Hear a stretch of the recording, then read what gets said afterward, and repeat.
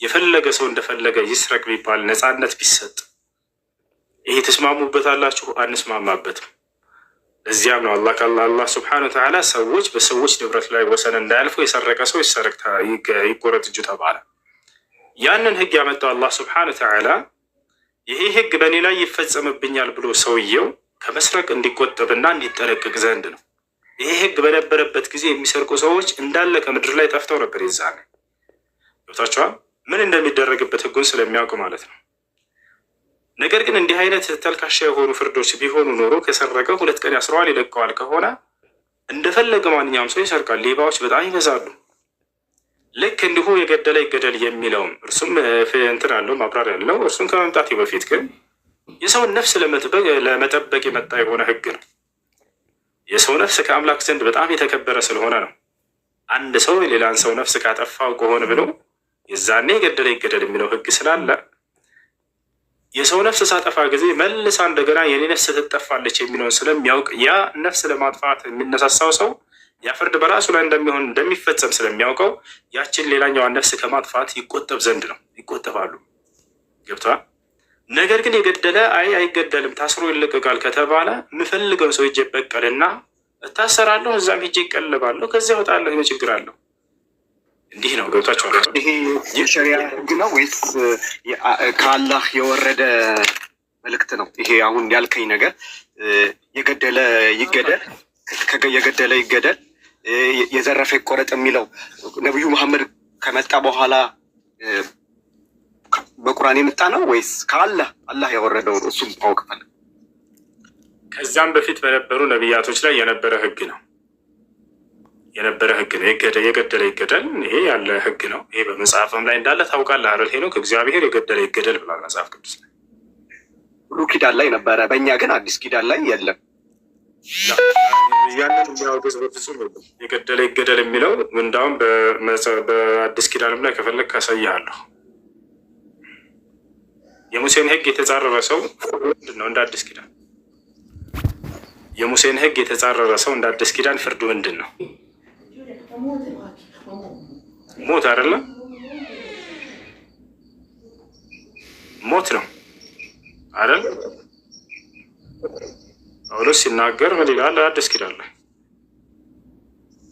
መን ኻለፈ ናሙሰ ሙሳ የሙሴን ህግ የተጻረረ ሰው ፈሑክሙሁ አልመውት ፍርዱ ሞት ነው ብሎ ተናግሯል። ላሳያቸዋል። ጳውሎስ አዲስ ኪዳን ላይ ራሱ እሱ እንትንም ይንገረን በዛው በአዲስ ኪዳን ሰው የገደለ ሰው ምን እንደሚደረግ ቅጣቱ ሜቢ ተለውጧል ብሎ የሚያምን ከሆነ ማለት ነው። ሄኖክ ካለክ መጽሐፍ ቅዱስ ላ ይዛል ወይንስ ላውጣለህ? እኔ በይበልጥ ያውቃል ጃም ነግሬዋለሁ። የእናንተን ማወቅ ፈልጌ ነው የመጣሁት። ማለት ምንድን ነው አስተምህሮቱ የሚለው ችግር የለምሽ። የሙሴን ህግ የተጻረረ ሰው ያው እንዳለ ያን የሙሴን ህግ ጥቅልል አድርጎ ጳውሎስ 10:28 ላይ የሙሴን ህግ የናቀ ሰው 2 ወይም 3 ቢመሰክሩበት ያለ ርህራሄ ይሞታል። እሺ ለማንኛውም ለምን መሰለህ ወደ አንተ መጽሐፍ እንድገባ ያደረገን እንትን መረዳት የፈለግከው ነገር ገብቶኛል። አንተ እንደ ሎጂክ ነው እየጠየቅከን ያለው። ገብቶሃል አይደል? ይህ የእምነት ቤት ነው። እምነት ያለው ሰው ነው። በዚያ ከሆነ ደግሞ ከእምነት አንጻር ነው የምንመዝናቸው ነገራቶችን። እኔ የራሴን እምነት ሳልናገር የሰውን ቶሎ ብዬ ሂጄ አልናገርም። ደግሞ ካስተዋልክ ማለት ነው። ጠየቅከኝ አይደል?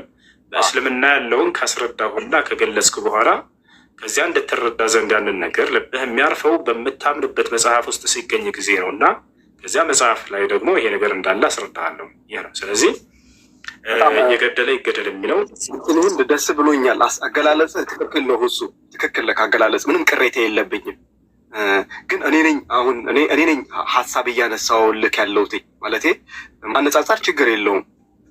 እኔ አሁን በሙስሊም በሸሪያ ህግ ምንድን ነው የሚለውን ነው እንድታነሳልኝ እንጂ ችግር የለውም። ማነጻጸረ ምንም እንትን የለውም። ቅር አይለኝም ማነጻጸር። ሄኖክ አንድ ነገር እዚህ ላይ ልጨምርልህ። አሁን የተነሳው ነገር ላይ ይሰማሃል ሄኖክ? ትሰማኛለች? አዎ እኛ አምላካችን አላ ላይክ በሩሩና በአዛኝነቱ ላይ ላይክ ፍትሃዊነቱ ሚዛን ይደፋል እያልንም አይደለም። ይሄ ቃል ይገባል? እየሰማሁ ነው። አዎ ማለት ፍትሐዊነቱ ይቀድማል። ገባ? ሩሩ አዛኝ ስለሆነ ፍትሐዊነቱን ያጓድላል ማለት አይደለም። ይህንን አንደኛ ያዝ። አምላካችን አላህ ፍትሐዊ ነው። ስለዚህ ፍትሐዊ ስለሆነ ላይክ ሩሩ አዛኝ ስለሆነ ፍትሐዊነቱን ያጓድላልን ማለት ደግሞ አይደለም። ይህንን ነገር በደንብ ያዝ። እሺ፣ በትክክል።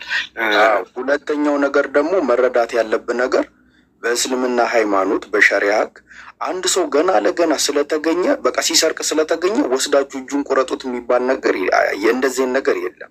የሚታይለት ነገር አለ። እንዴት ሰረቀ? ላይክ ምን አይነት ኮንዲሽን ላይ ሆኖ ነው የሰረቀው? ከዚህ በፊት ይሰርቅ ነበረ ወይ? የሰረቀው ምንድን ነው ምናምን የሚባለው ነገር በደንብ ይታይለታል። ትሰማለሁ፣ ተቋርጧል። ትሰማለሁ። እሷን ቀጥል እና እነዚህ ነገሮች ይታዩለታል። እሺ፣ ህጎቹ ሲፈጸሙ በፍጹም ጀጅመንት ላይ ጃዬ፣ በፍጹም ጀጅመንት ላይ ለምን እንደዛ ተባለ ብዬ ጀጅመንት ላይ አልገባውም። ግን አሁን ለምሳሌ ጥያቄ ጠየቅኩኝ፣ እናንተ ደግሞ እንደዚህ ነው ብላችሁ ካስረዳችሁኝ ለእኔ በቂ ነው። ለምን አሁን ጀጅመንት ደግሞ ያልኩክ ሄኖክ፣ እኔ ያልኩክ ደግሞ እነዚህ ፍርድ ላይ ከመግባቱ በፊት ይሄ ፍርድ እንዲወሰንበት በጣም ብዙ ማሟላት ያለበት ነገር አለ። እንዲህ ዝም ብሎ ስለተገኘ ይገደላል ማለት አይደለም። ገባ አይደለ? በጣም ብዙ እሱ በደንብ ያብራራህላል ሜቢ ማለት ነው። እንዲህ ዝም ብሎ ሲሰርቀ ስለተገኘ ይገደላል አይደለም። የሰረቀው ነገር ምንድን ነው? ስዘሙት የተገኘች ሴት ቀጥሉ ምንድን ነው የምትደረገው? አሁንም ድረስ በሌላው ሀገር ላይ ይነግርሃል። በነገራችን ላይ ሄኖክ የእኛን ያብራራልሃል። እኛ ግን ለምንነግር ለእያንዳንዱ ጥያቄ አንተ ሃይማኖት ላይ መልስ የለም። ወላሂ ነው የምልህ ማለት ነው። ታየዋለህ። ግን ሁሱ ያብራራልሃል። ቀጥሉ፣ እኛ እንስማ። ቀጥል ሁሱ። እሺ፣ ማወቅ የምትፈልገው አሁን ዝሙት ስለሰራች ሴት ነው ህጉን። አሁን ዝሙትም ሰርታ ስትገኝ በሸሪያ ምንድን ነው የምትቀጣው? ሰርቆ ሲያገኝ ምንድን ነው የሚቀጣው? እና ደግሞ ጃ ያለኝ አላህ መሀሪ ነው ብሎልኛል። መሀሪ ነው፣ ሁሉም ነገር ይቀር አይጋጨም ወይ? የሸሪያ ህግ ከእንትኑ ጋር ጀጅ እያረኩ አይደለም፣ ጥያቄ ነው እያቀረብክ ያለው አይደለም። እነዚህ የመጡት እዝነቱን መሰረት አድርገው እነዚህ ህግጋት የመጡት እምነቱን መሰረት አድርገው ነው። የአላህ አዛኝ ነው፣ አዛኝ ነው። ግን ሰዎች ጥፋት እያደረጉ እነዚያን ሰዎችን ለጥፋታቸው ዋጋ አለመስጠት ይሄ አዛኝነት አይደለም። እንደ ምሳሌ ላስረዳህ፣ ሎጂክ ስለሆነ የፈለግኩ የቁርአናዊ ሐዲሳዊ ማስረጃ ምንም እንዳልጠቀመ አየሁ። እሺ፣ አባት ወይንም እናት ልጆችን ወለዷቸው። ከዚያ በኋላ ትምህርት ቤት እንዲማሩ የሚጠቅማቸው ነገር ነው አይደል? መማራቸው እንዲማሩ ብለው ወደ ትምህርት ገበታ አሰማሯቸው። ይሄ ልጅ ግን ጭራሽ ትምህርት ቤት አይሄድም። አንደኛው ደግሞ ይሄዳል፣ በስነ ስርዓት ይማራል፣ ይመጣል። ሁለቱን በአንድ በአይን ቢያዩ እነዚህ ሰዎች ትክክል ናቸው አይደሉም? ሄኖክ ትክክል አይደሉም አይደለ? ትክክል አይደሉም። አየህ፣ በትክክል የታዘዘውን የሚፈጽም የሆነ ልጅ ታዛዥ ሆነች። ይሄ ልጅ የሚያስፈልገውን ነገር ሊያሟሉለት ይገባል። በቃ ሁሉን ነገራቸው የሚሰጥም ችግር የለውም። ይሄኛውን ልጅ ግን እዝነት ይባላል ለዚህ ትምህርት ለማይማረውና ጥፋት ላይ ብሎ ለሚመጣው ልጅ አብሽር ልጄ እኔ ያለሁልህ ቢለው፣ ወይንስ ቁጣ ያለ አቋም ወይንም ደግሞ ጠንከር ያለ አቋም ቢይዝበት ነው የተሻለው? ለምንድን ነው ወላጆቻችን ጥሩን ተማሪ በትክክል ያስተናግዱንና የማይማረውንና ደግሞ ሌላ ልባሌ ቦታ የሚውለውን የሚገርፉን? ለምንድን ነው መግረፋቸው? እዝነታቸውን መሰረት ያደረገ ነው ወይንስ ጠልተዋቸው ነው? እዝነታቸውን መሰረት ያደረገ ነው። አምላክ አላህ ስብሐነሁ ወተዓላ እነዚህን ቅጣቶች ያስቀመጠው እጅግ በጣም ከባባድ ኃጢአት ለሰሩ ሰዎች ነው። ከዚያ ያ ኃጢአት እንዲቀረፍና ሰዎች ያንን ቅጣት አለብን ብለው እንዲቆጠቡና እንዲተውት ዘንድ ነው። ስለዚህ ምንን መሰረት ያደረገ ነው? አንደኛ የሰዎችን ኢኮኖሚ ከመጠበቅ አንጻር ነው። የሰረቀ ሰው ይገደል የሚለው ማን ነው? እጁ ይቆረጥ የተባለው እንደፈለጉ ሰዎች እጃቸው አይቆረጥ ባትነካም እንደፈለግኩህን ቢባልና አንዱ ሌላውን ቢዘርፍ የዛኔ ነበር አምላክ ይህን ነገር ጥያቄ የሚያስነሳበት። እንዴት ህግን አላወጣም በእነዚህ ጥፋት አድራጊዎች ላይ መባል ነበርበት። ስለዚህ አላህ ስብሐነሁ ወተዓላ የሰዎች ኢኮኖሚ ይጠበቅ ዘንድ፣ የሰዎች ነፍስ ይጠበቅ ዘንድ፣ የሰዎች ህይወት ይጠበቅ ዘንድ የገደለ ይገደል የሚለውን ህግ ያወጣውም ለዚህ ነው። እኔ ሌሎችን ነፍስ ባጠፋ ዳግም እንደገና የኔ ነፍስ ህግ ስላለባት ስለምትጠፋ ብዬ ያንን ነፍስ እንዳላጠፋ እንድቆጠብ አደረገኝ ህግ። ገብቶሃል? ልክ እንዲሁ ሌሎችም ህግጋቶች ይህን መሰረት ባደረጉ ነው። አንጻራዊ አድርገን ስናነሳው ጊዜ ይህ ነገር መጽሐፍ ቅዱስ ላይ ያለ ነው። ሴት ልጅ እጇ እንድትቆረጥ አዟል እግዚአብሔር። ታውቃላችሁ? እጇ ይቆረጥ ብሏል። ሴት ልጅ ምን ካደረገች? እንደው ከሰረቀች ነው ወይ? ጭራሽ ስርቆት ራሱ ላይ ባደርስ ምን ብታደርግ ጥሩ ነው? ሴት ልጅ እግዚአብሔር መጽሐፍ ቅዱስ ላይ ሲናገር ሁለት ወንዶች ቢጣሉ አለ የአንደኛው ወንድ ሚስት ለባሏ አግዛ የዛኛውን ባሏን የሚጣላውን ሰው ወንድ ብልቱን ሄዳ በእጇ ብትይዝ አለ እግዚአብሔር እጇን ያለምንም ርኅራኄ በጥሶላት ቁረጧት አለ። እጇን ቁረጧት፣ ሄዳ ብልቱን ከያዘች ቁረጧት እጇን አለ። ምን ትላለህ? የጨካኝ ያስብለውም እግዚአብሔር እዚህ ጋር። ስለ ዝሙትም ልምጣለህ። በዝሙት ለምሳሌ ከእስልምና ያለው መጀመሪያ ላንሳለና ማለት ነው። ስለ ዝሙት ፍርድ ስለጠየቀ በመጀመሪያ ዝሙት በኢስላም ለሁለት ይከፈላል። አንደኛ ባለትዳር ሳትሆን ዝሙት የሰራች ሴት እና በትዳር ላይ ሆና ዝሙት የሰራች ሴት። ባለትዳር ሆና ዝሙት የሰራች ሴት እርሷ ተወግራ ትገደል የሚል ነው። ገብታችኋል? ልክ ይህ መጽሐፍ ቅዱስም ላይ ያለ ነገር ነው። ባለትዳር ሆና ዝሙት የሰራች ሴት ተወግራ ትገደላለች። ባለትዳር ሳትሆን ዝሙት የሰራች ሴት ግን 100 ግርፋትን ትገረፋለች። ቃለ ሱብሓነሁ ወተዓላ አዛኒየቱ ወዛኒ ፈጅሊዱ ኩለ ዋሒድን ሚንሁማ 100 ጀልዳ። የወንድንም የሴትንም ዝሙተኛ ከሁለታቸውንም 100 ግርፋት ገረፏቸዋል። አለያቸው። መጽሐፍ ቅዱስ ላይ ስትመጡ ግን ሴቶችን ለይቷቸዋል። ለምሳሌ ሄኖክ አንደኛው አንሳው አምላክ ሴት ልጅ ዝሙት ሰርታለች ብሎ በእሳት አቃጥሏት ቢል ይሄ ፍትህ ነው ትላለህ? ይህን የመሰለ ጭካኔ ያለ እዚህ ዓለም ላይ በእሳት ትቃጠል ከነ ህይወቷ ቢል ዝሙት ስለሰራች ምን ትላለህ? ኦኬ የኔን እንትን ነው አሁን እያወራን ያለ ነው። ሎጂክ ነው እሱ አይደለ? ልክ ነክ እሳቤ ነው እየጠየከኝ ያለው። እንደ እምነትም ተፈለክ እንደ ሎጂክ መውሰደው። ግን ሴት ልጅ ዝሙት አድርጋለች ተብሎ ከነ ህይወቷ እንደው እህትህ አሁን ዝሙት ሰርታ አባህንተ ፊቷ እያየህ እዛው ቤተሰብ እያየ ከነ ህይወቷ አንትቶ አንድ የቤተ ክርስቲያን አባት ወይንም አለቃ ልኩስ አድርጎ ቢያቃጥላት ምን ትላለህ? ይሄ ነገር እዚያም ቢላቸዋል አምላክ ነው መጽሐፍ ላይ ቢላቸው ምን ትላላችሁ? ጥያቄህን ተቀብያለሁ። እሺ፣ ግን በሰው ኃጢአት ላይ ጀጅ ማድረግ እንችላለን? መልሱን መልሰው። ይሄንን ቢደረግ ይሄ ነገር ትክክል ነው ወይ መሰለህ? መልሴን ላቀርበልህ እኮ ነው። አንድ ኃጢአት ማለት አንድ ሰው ለብቻው ከፈጣሪው ጋር ሆኖ ሲጀመር ይሄ በፈጣሪ እንትን ማለት ነው። ፈጣሪ እንዴት እንደሚምርህ እንዴት ይቅር እንደሚልህ አናውቀውም። እንዴት ፍርድ ልስጥ? አሁን በዚህ ከባድ ጥያቄ ባጭሩ ሳናዘዘ መጽሐፍ ቅዱስ ላይ እግዚአብሔር ሴት ልጅ ብታመነዝር የካህን ልጅ ብታመነዝር አቃጥሏት በእሳት ብሎ ተናግሯል። በቁርአን ላይ ግን ወይንም በሐዲስ ላይ በእስልምና ሃይማኖት ከ114ቱ ምዕራፍ ላይ እንዲሁም ከሁሉም የሐዲስ መዛገብቶቻችን ላይ ሴት ልጅ ዝሙት ስለሰራች አቃጥሏት የሚል የለም። እንደውም አንዴ ይቅርታ ምህረት የለም ማለት ነው። አዎ አቃጥሏት ብሏል እግዚአብሔር። ትቃጠላለች። የሚገርመው በጣም የሚገርመው ደግሞ በኖህ ዘመን ላይ ሴት በኖህ ዘመን እግዚአብሔር በውሃ ካጠፋን በኋላ ተጸጽቷል አይደለ? ተጸጽቷል አይደለ? በኖህ ዘመን ከዚህ በኋላ አላጠፋም ብሎ ቃል ገብቶልናል አይደለ? በዛ ዘመን በተፈጠረው ነገር ያ ማለት ሁሌ ተጸጽቷል እግዚአብሔር። በጣም በርካታ ቦታ ላይ ተጸጽቷል። በፍርዶቹ በጣም ይጸጽታል። ይህ ፍጡር ባህሪ ነው። መጸጸት ፍጡር ባህሪ ነው አይደለ? ንጉሥ ያነግስና የሆነ ጊዜ ላይ ለምን አነገስኩት ብሎ እንደገና የተጸጸተ ይለናል መጽሐፉ። ልክ ነህ። ጀጅ ማድረግ ተጸጸተ ብለን ያው ተጸጸተ ብለን ካለን በእኛ የምሮ ጀጅ የምናደርገው አምላክ አይደለም።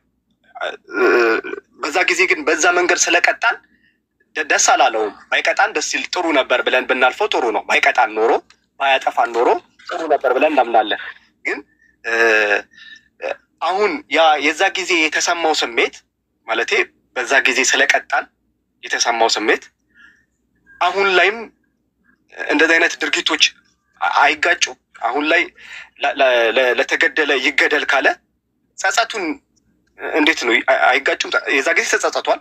አሁን ደግሞ ለገደለ ይገደል ካለ፣ ለዘረፈ እጁ ይቆረጥ ካለ እዛ ጋር ተጸጸተ ብለናል። እዚህ ጋር ደግሞ አሁን ይሄንን ነገር ኦኬ ካለ እንዴት ነው የሚስማሙት ሁለቱ? ለዛ ተጸጸተ የሚል የለም። አሁን ለገደለ ይገደል የሚለውን ተጸጸተ የሚል የለም። ለሰረቀ ይቆረጥ ለሚለው ተጸጸተ የሚል የለም። ተጸጸተ የሚለው እግዚአብሔር አንደኛ ሳኦልን በእስራኤል ላይ በማንገሱ ተጸጸተ። ያ ነው ንጉሶችን ያለቅሳቸውና በራሱ ከመረጣቸው በኋላ አድርጎ ያላቸውን ሳያደርጉ ከዚያ በኋላ ያንን ለምን አድርጎ ያላቸውን ነገር ሳያደርጉ ሲሰሩ ይቀሩ ይጸጸታል። የሚገርምህ ምን እንደሆነ ልንገርህ። ሳኦልን አነገሰው እግዚአብሔር በእስራኤል ላይ አነገሰው። ካነገሰው በኋላ ሳኦልን ምን አለው? ሂድና የአማሌቃውያንን ግደላቸው አለው። ገና እንዳሾመው ምን አለ? ሂድና ግደላቸው፣ ወንዶችንም ሴቶችንም ሽማግሌን ምንም ነገር እንዳታስቀር፣ ህፃናቶችን ብላቴናዎችን ግደል፣ ሂደል ጨፍጭፋቸው አለው። እንስሳቶቻቸውንም ሳይቀር ፍየሎቻቸውን፣ በጎቻቸውን፣ አህያቸውን፣ ግመላቸው፣ ምስኪኑ አህያ አልቀረም። ህግ ሲያወጣበት እግዚአብሔር ግደሉት አህያን ብሎ ህግ አወጣ። ሳኦል ይህን ህግ ተቀበለ በሳሙኤል በኩል። ከተቀበለ በኋላ ሄደና ሳኦል እግዚአብሔር ያደረገውን ሁሉ አደረገ፣ ገዳደላቸው እንዳለ ሰዎቹ። ከዚያ እንስሳቶቹ ሲያያቸው አዘነ፣ ራራ። እንዴት እነዚህ ነገር ላለ ብሎ ሲሄድ እግዚአብሔር ተቆጣበት። ለምን አልገደልክም ብሎ አቶ ምስኪን አህያ ለምን አልገደልክም? ይሄኛው ከእግዚአብሔር ተሽለው በቃ እነዚህን አልገደለም ብሎ ወደኋላ አለ። እግዚአብሔር ለምን እነዚህን አልገደለም ብሎ እርሱን በማንገሱ ተጸጸፈ ይለናል መጽሐፍ ቅዱስ። ተመልከት፣ ሩህሩህ ማን ሆኖ ተገኘ? ሰውየው ከአምላኩ በላይ ማለት ነው። እንዴት እነዚህን እገላለሁኝ አለ። እግዚአብሔር ደግሞ ለምን እነዚህን ሳትጨርስ ብሎ አንተን በማንገሴ ተጸጽቻለሁኝ አለ። ሳኦልም ማዘነ። በቃ ማነው ይቅርታ፣ ማነው ይሄ ሳሙኤልም ማዘነበት በሳኦል ላይ። ይህ ነው እንደ አጠቃላይ በኢስላም እስከተባለ ይህን ነገር ስናነጻጽርልህ ነቢያችን ሰለላሁ ዐለይሂ ወሰለም ምን አሉ? ላ ተቅትሉ ጥፍለን ሰጊራን ወላ ሸይኸን ከቢራ ወላ እምረአትን ወላ ራሂበን ፊ ሰውማዕቲህ አሉ። አደራ ህፃናቶችን እንዳትገሉ አሉ። በጦርነት ጊዜ አደራ ህፃናቶችን እንዳትገሉ፣ ሴትን እንዳትገሉ፣ ሽማግሌን እንዳትገሉ፣ በገዳም ውስጥ ያለን መነኩሴ እንዳትገሉ አሉ። ቃል በቃል በገዳም ውስጥ ያለን መነኩሴ እንዳትገሉ። ማን? ነቢዩ ሙሐመድ ሰለላሁ ዐለይሂ ወሰለም አንድ ያሉበትን ቃል በቃል ላሳያቸው፣ ይሄ ውሸት እንዳይመስላቸው። በገዳም ውስጥ ያለን መነኩሴ እንዳትገሉ አሉ ነቢ ሰለላሁ ዐለይሂ ወሰለም። ህፃናቶችን፣ ሽማግሌዎችን እንዳትገሉ አሉ። ሴቶችን እንዳትገሉ ካሉ በኋላ እግዚአብሔር መጽሐፍ ቅዱስ ላይ ህፃናቶችን፣ ሴቶችን፣ ሽማግሌዎችን ግደሏቸው አለ። ይህ ሰማይና ምድር ያክል ልዩነት ገፈቸዋል። ከዚያ በኋላ በገዳም ውስጥ ያለን መነኩሴንም እንዳትነኩት አሉ ነቢ ሰለላሁ ዐለይሂ ወሰለም አስጠነቀቁ። ነገር ግን ምን ይሏቸዋል? ዛሬ ሲሰብኳቸው ክርስቲያኖችን የገደለ መንግስተ ሰማያትን ያገኛል በእስልምና ይባላል ብሎ ያስተምሯቸዋል። ላ ገዳም ውስጥ ያለን መነኩሴ እንዳትነኩ ብሏል ነቢ ሰለላሁ ዐለይሂ ወሰለም። ወላ ራሂባን ፊ ሰውማዕቲ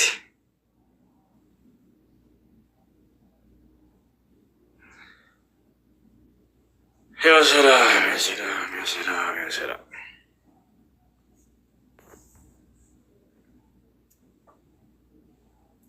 ነቢያችን ሰለላሁ ዐለይሂ ወሰለም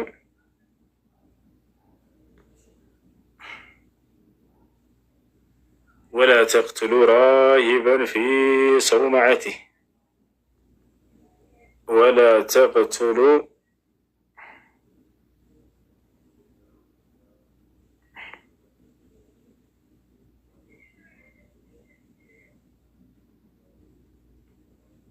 ራሂበን ፊ ሰውማዕቲህ። በመጀመሪያ ነቢያችን ሰለላሁ ዐለይሂ ወሰለም ያሉትን ተመልከቱ። ካነ ረሱሉላህ ሰለላሁ ዐለይሂ ወሰለም ኢዛ በዐሰ ሰሪየተን ቃለ እግዙ ቢስሚላህ ወፊ ሰቢሊላህ ፈቃቲሉ መን ከፈረ ቢላህ ወላ ተጉሉ ወላ ተግድሉ ወላ ቱመሲሉ ወላ ተቅትሉ ወሊደን ወላ እምረአተን ወላ ሸይኻ። ነቢያችን ሰለላሁ ዐለይሂ ወሰለም በዚህ ቦታ ላይ ምን ይላሉ? ሴቶችን፣ ሽማግሌዎችን፣ ህፃናቶችን እንዳትገሉ እያሉ የተናገሩበትን ተመልከቱ። ወደ አማርኛ ልቀይርላችሁ። የአላህ መልእክተኛ ሰለላሁ ዐለይሂ ወሰለም ወታደራዊ ጉዞ ሲልኩ እንዲህ ይሉ ነበር።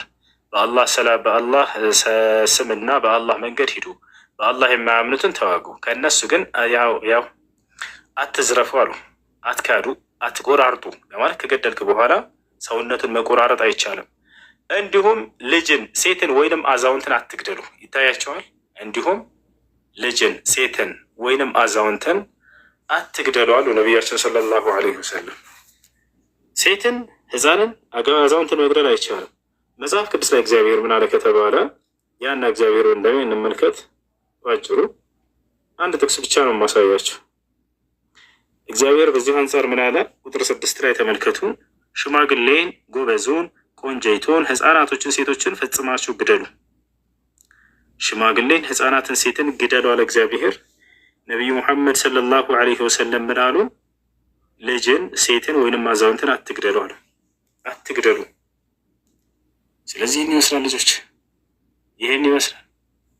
ነቢያችን ሰለላሁ ዐለይሂ ወሰለም ህፃናቶችን፣ ሴቶችን፣ ሽማግሌዎችን አደራ እንዳትገሏቸው እያሉ ይናገሩ ነበር ማለት ነው። እሺ ይህን ይመስላል። ሌላ ጥያቄ ያለው ሰው ካለ እናስተናግዳቸው። እሺ እኔ አንዴ ስልክ ሊዘጋብኝ ስለሆነ ባትሪ ስለሌለው፣ እሺ ስለ ኢየሱስ ነብይ ነኝ ያላበትን አሳየኝና ከዛም በኋላ እኔ ልቤም ውስጤም ወደ እስልምና ነው የመጣ። ቆየሁ ካሰብኩኝ ያንን ግልጽ አድርግልኝና እስኪ። መርሐባ። ዒሳ ዓለይሂ ሰላም እኔ የአላህ መልእክተኛ ነኝ ወይንም ነቢይ ነኝ ብሎ በግልጽ ተናግሯል። በመጀመሪያ ከቁርአን ላይ ያደረገውን በእንትኑ ማለት ነው። ምንድን ነው የምትሉት እናንተ? ትርጉም ነው የምትሉት? እሺ በቁርአን ላይ ላሳየህ። ነቢይ ነኝ ብሎ ቃል በቃል የተናገረበት ነው። መልካምሽ ነቢዩላህ ዒሳ ወይንም ኢየሱስ ክርስቶስ ነቢይ ነኝ ብሎ ቃል በቃል የተናገረበትን አንድ ጊዜ ላሳያችሁ። ሱረቱ ሶፍ እኔ የአላህ መልእክተኛ ነኝ ብሎ ቃል በቃል የተናገራል። ላሳያችሁ። ቁጥር 6 ላይ እንሂድ። የመርየም ልጅ ዒሳም አለ ይላል። የመርየም ልጅ ዒሳም የእስራኤል ልጆች ሆይ እኔ ከተውራት ከበፊት ያለውን የማረጋግጥና ከእኔ በኋላ የሚመጣውን መልእክተኛ ስሙ አሕመድ በሆነው የማበስር ስሆን ወደ እናንተ የተላኩኝ የአላህ መልእክተኛ ነኝ ባለ ጊዜ አስታውስ ይላል። ምን አለ? ወደ እናንተ የተላኩኝ የአላህ መልእክተኛ ነኝ አለ። በቀጥታ ደግሞ ይሄ የአላህ መልእክተኛ መሆኑን የተናገረበት ነው። ነቢይ ነኝ ብሎ የተናገረበትን ደግሞ ላሳያችሁ። ነቢይ ነኝ ብሎ የተናገረበትን ደግሞ እንመልከት። ምዕራፍ 19 ላይ ምን ይላል? ስለ ዒሳ ገና ከልጅነቱ ጀምሮ ያለውን ታሪክ እያወሳለን። ቁጥር 30 ላይ ምን ይላል?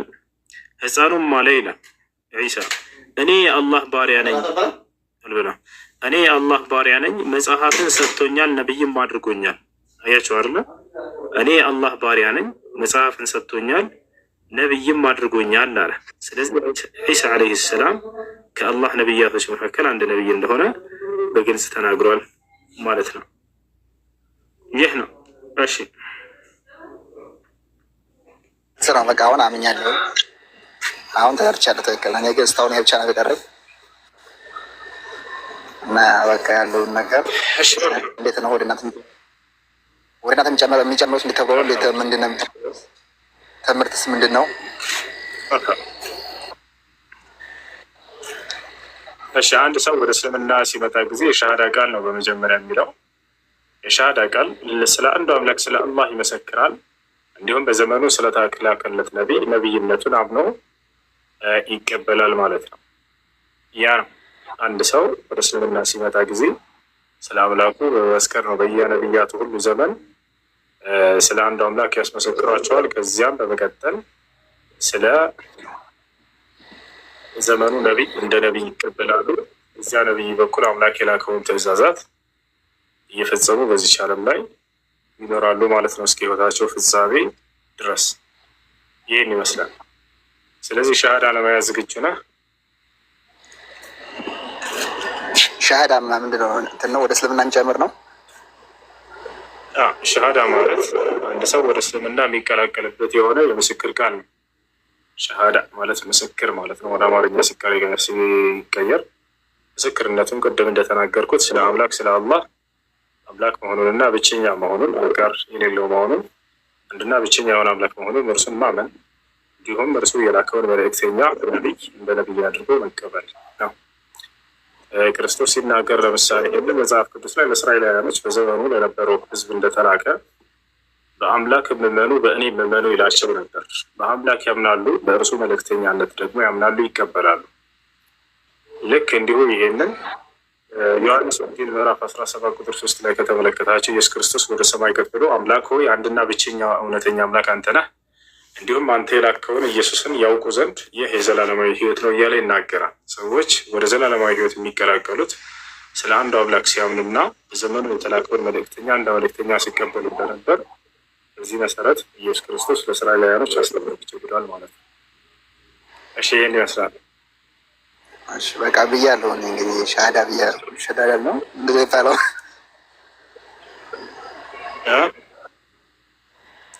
የሚባለውን እሺ እላለሁ። በቃ ምንድን ነው? እሺ ወደ ኢስላም ለመግባት ፈቃደኛ ነህ?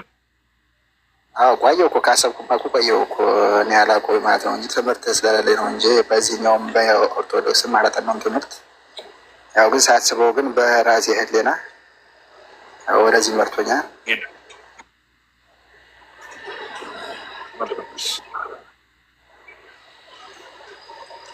እሺ ሻሃዳ ትላለህ ከኛ ጋር? ሻሃዳ ብያለሁ። መልካም ካልክ በቃ እሺ። ጥያቄ ያለው ካለ የሸዋ ከላይ ሰላም፣ እንዴት ነህ?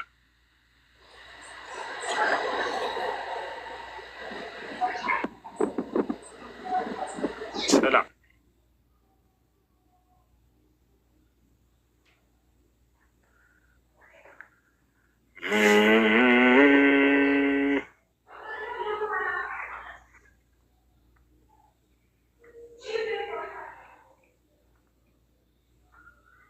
በቃ ጨርሻለሁ። አልሄድ ውጣ ከኔ ጋር አብረህ ባልሽ አሽሃዱ የሚበላል እንዴ አላልኩም እንዴ? ከኔ ጋር አብረህ ይበልና ትርጉሙ እነግርሃለሁ። ነው። እሺ እሺ እሺ አሽሃዱ ሻዳዱ ዱ እሺ ባለ በአቅራቢያ መስጂድ ካለ እዚያ ብለህ ሂድ። እሺ አብርሃም ሰላም አለይኩም። እሺ እንትና አለ የሸዋ አለ የሸዋ ሰላም ነው። እንዴት ነህ? ታባት አድርጉ። እየያዘ ነው፣ በጣም እየያዘ ነው። ታብ አድርጉ ከቻላችሁ። እሺ ጥያቄ ምንድን ነው?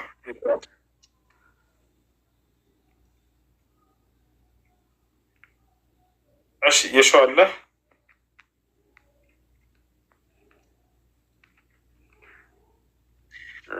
አለውኝ። ያው ግን ይቆራረጣል ድምጽ። እሺ የኔ ድምፅ አይሰማችሁም ልጆች?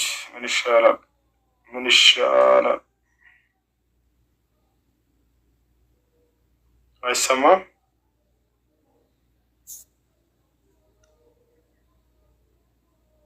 እሺ ስለዚህ አይሰማም ወገናችን። ቀጥል ቀጥል፣ ይሰማል። አሁን እየተሰማኝ ነው። ቀጥል።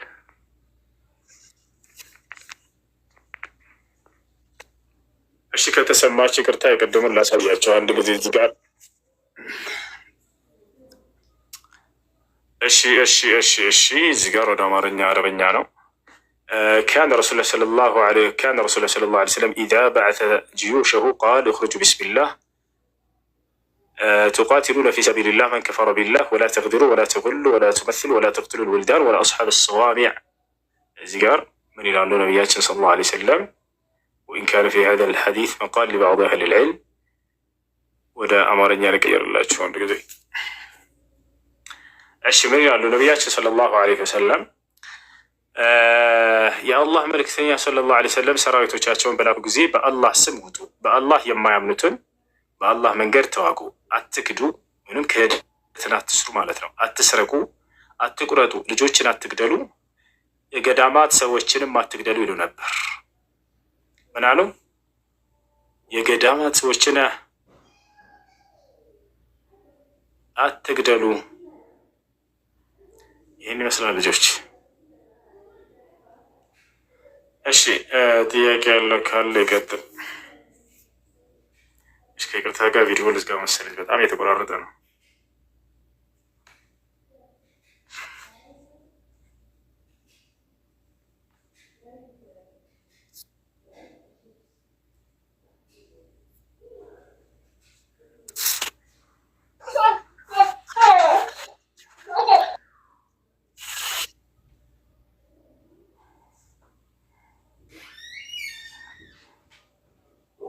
እሺ ይሰማል ይሰማል።